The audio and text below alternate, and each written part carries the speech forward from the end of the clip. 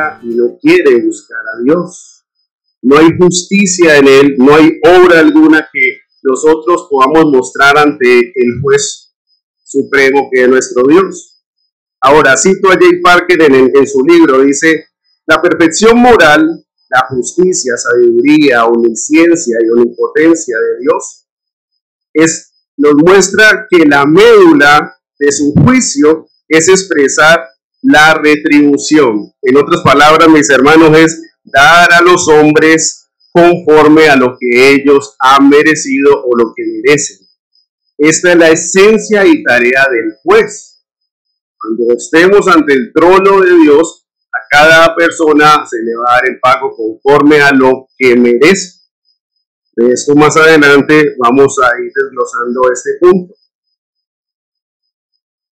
El ser humano va a recibir su recompensa, va a tener el pago de sus obras. Esta expresión fue predeterminada por Dios desde antes de la fundación del mundo, y Dios ha resuelto ser el juez de toda la humanidad. Pero cuando hacemos la comparación, mis hermanos, con un juez terrenal, nosotros podríamos evaluar algunas cosas. Un juez terrenal en un tribunal requiere de ciertas evidencias, algunas pruebas, requiere de unos testigos, requiere de un jurado, y en este tribunal va a haber un acusado, ¿verdad? Pero aún este juez depende de toda esta información. Él requiere de ciertas personas para recopilar su sentencia y poder tener un estudio bien claro para dar un dictamen. Pero cuando nosotros vemos a nuestro Dios, el juez y creador del universo, quien escudriña nuestros corazones y sabe nuestros pensamientos, no es necesario que Él tenga este equipo de trabajo, sino que Él mismo está delante de cada uno de nosotros en cualquier lugar. El juez supremo conoció y sabe el chisme, la mentira, el pensamiento, la lujuria. La vez que en tu corazón quisiste engañar, Dios conoció y estuvo ahí en ese momento. Dios estuvo ahí cuando tú hiciste ese pecado que pensabas que la iglesia o tus hermanos, tus familiares no lo conocían. Dios estuvo ahí cuando inclusive hoy tuviste luchas tal vez por venir a su santo día. El juez del universo tiene todas las evidencias de las cuales ninguno de nosotros podemos delante de él decir: yo no he hecho nada de esto. Él las conoce, como dice su palabra. Aún las palabras que no han salido de nuestros labios, él ya las conoce.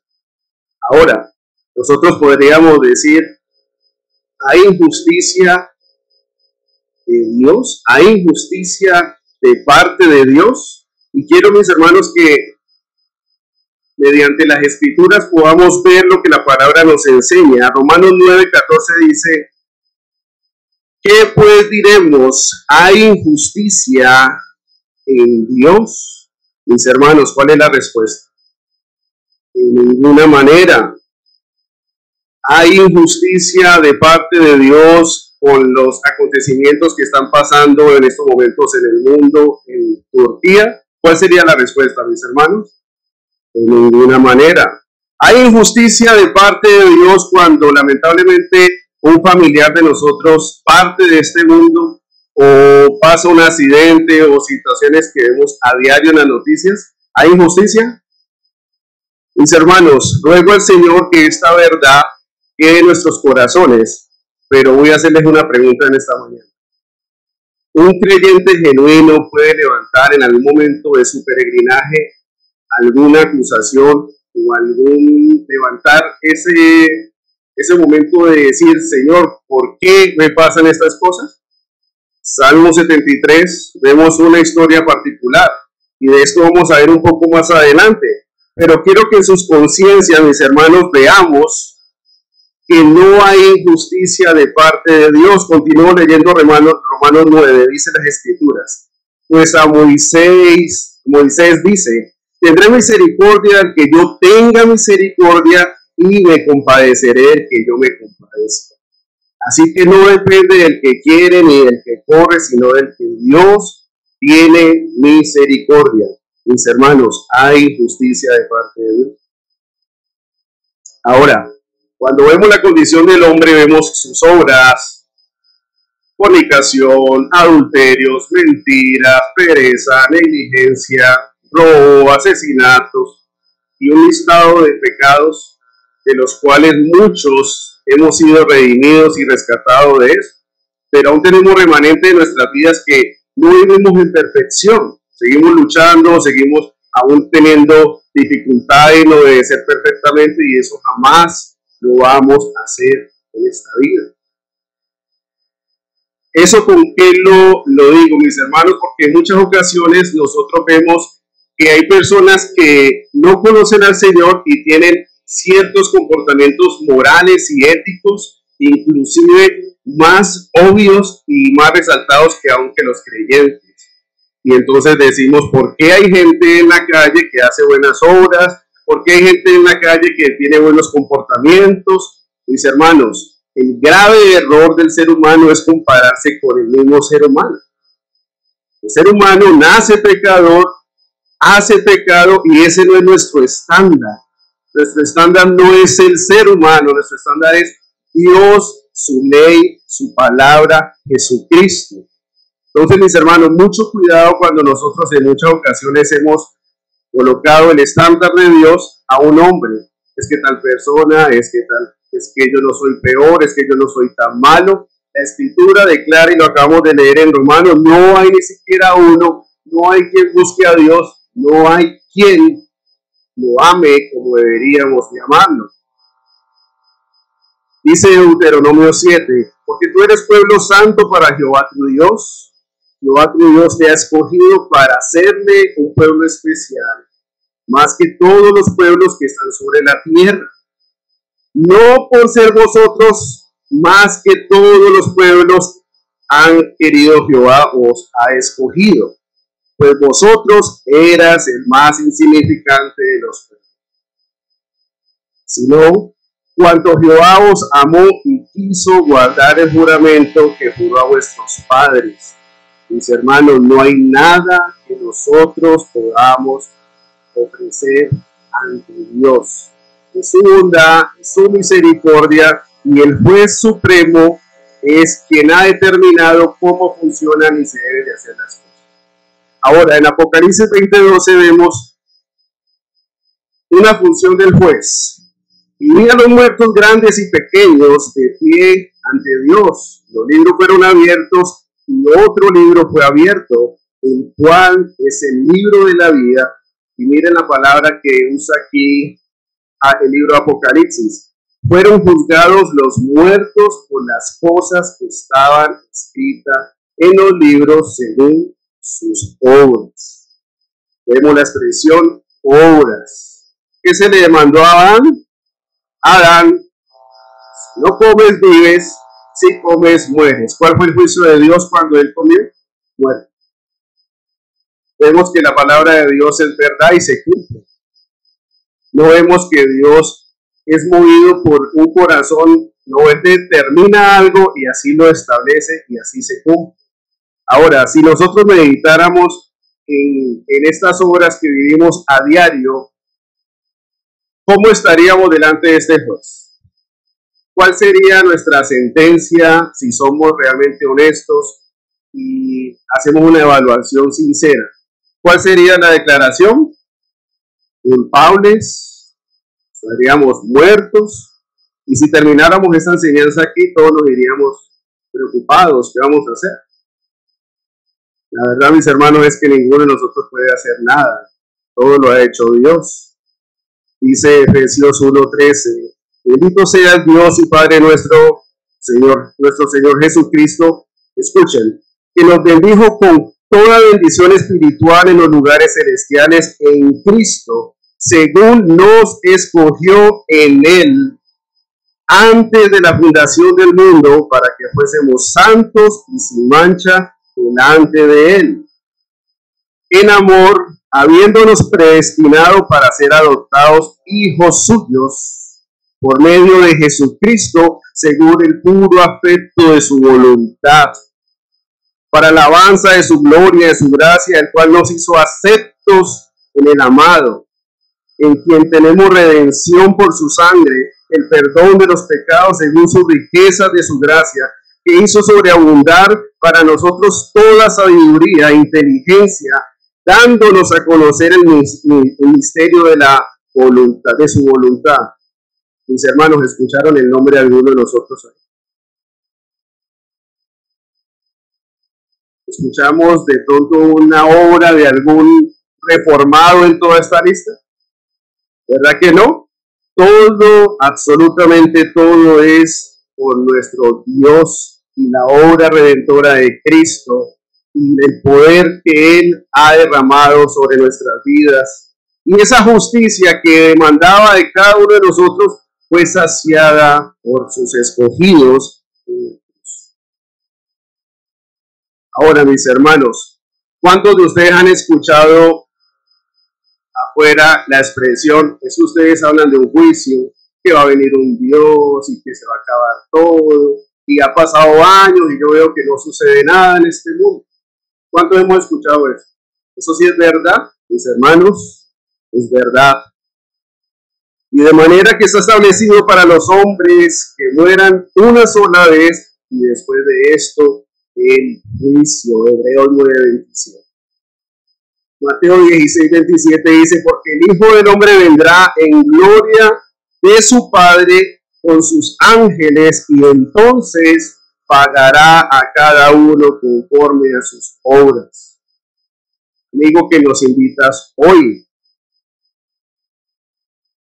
creyente que está aquí sentado, gloria a Cristo porque hoy somos justificados por Él. Invitado y amigo que nos acompaña hoy, es un día de salvación y de arrepentimiento. Dios ha resuelto ser el juez de todo hombre para recompensar a cada uno según sus obras. Dios, escuchen esto, mis hermanos, Dios se asegurará de que todo hombre reciba tarde o temprano lo que se merece. Así que no hagamos justicia por nuestros propios medios, porque Dios la hará, y hará justicia, mis hermanos. El problema que tenía el salmista, como lo mencionaba ahora, era que veía que los hombres inocentes estaban siendo víctimas y que los impíos estaban prosperando y tenían esa paz y se veía como, bueno, ¿por qué nosotros que rendimos, que oramos, que venimos ante Dios, que estudiamos, que hacemos nuestros devocionales, etcétera, por qué nos va de esta manera y el que está haciendo mal, por qué está prosperando? ¿Qué hace Dios en su santa palabra? En el Salmo 73, si quieren lo leen, que recuerda cuál va a ser el final de estas personas. Así que es una manera de nosotros descansar y no desear tanto de que les vaya mal, porque Dios va a hacer justicia. Oremos, porque muchos de todas esas personas estuvimos haciendo todas estas cosas antes de estar aquí. Y algún hermano empezó a orar, algún ministerio empezó a orar por todos los que estábamos perdidos. Hay esperanza en esta vida, mis hermanos. Pero el carácter de Dios es la garantía de que todos los males sean rectificados algún día. Mis hermanos, hay personas que vivimos las consecuencias de nuestra maldad aún en esta vida. No solamente en el juicio final, sino aún en esta vida vemos las consecuencias. Ahora, esa retribución será exacta y no habrá problemas de injusticia. Dios el juez hará justicia. Nuestro título es Dios el juez. Mis hermanos, la prefiguración más clara que Jesús actuó como juez se encuentra en Mateo 25, y si quieren me acompañan, Mateo 25:31.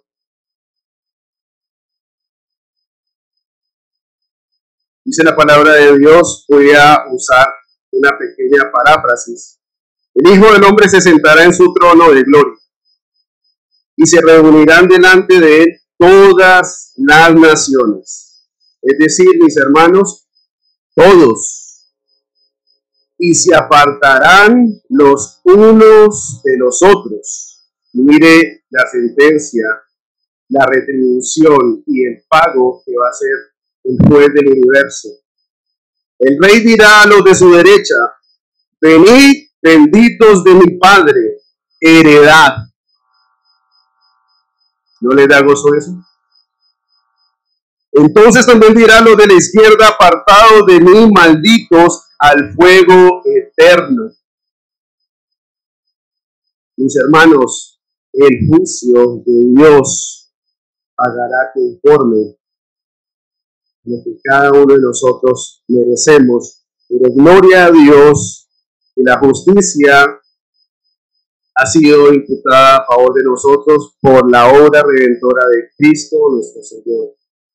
Y para finalizar, mis hermanos, Romanos 3, 21, dice la palabra de Dios: pero ahora, parte de la ley, se ha manifestado la justicia de Dios, testificada por la ley y por los profetas. La justicia de Dios por medio de la fe en Jesucristo, para que todos los que creen en Él, porque no hay diferencia, por cuanto todos pecaron, están destituidos de la gloria de Dios, mis hermanos, versículo 24, siendo justificados gratuitamente por su gracia, mediante la redención que es en Cristo Jesús. ¿Amén? Mis hermanos, aquí vemos que algún momento va a venir ese día.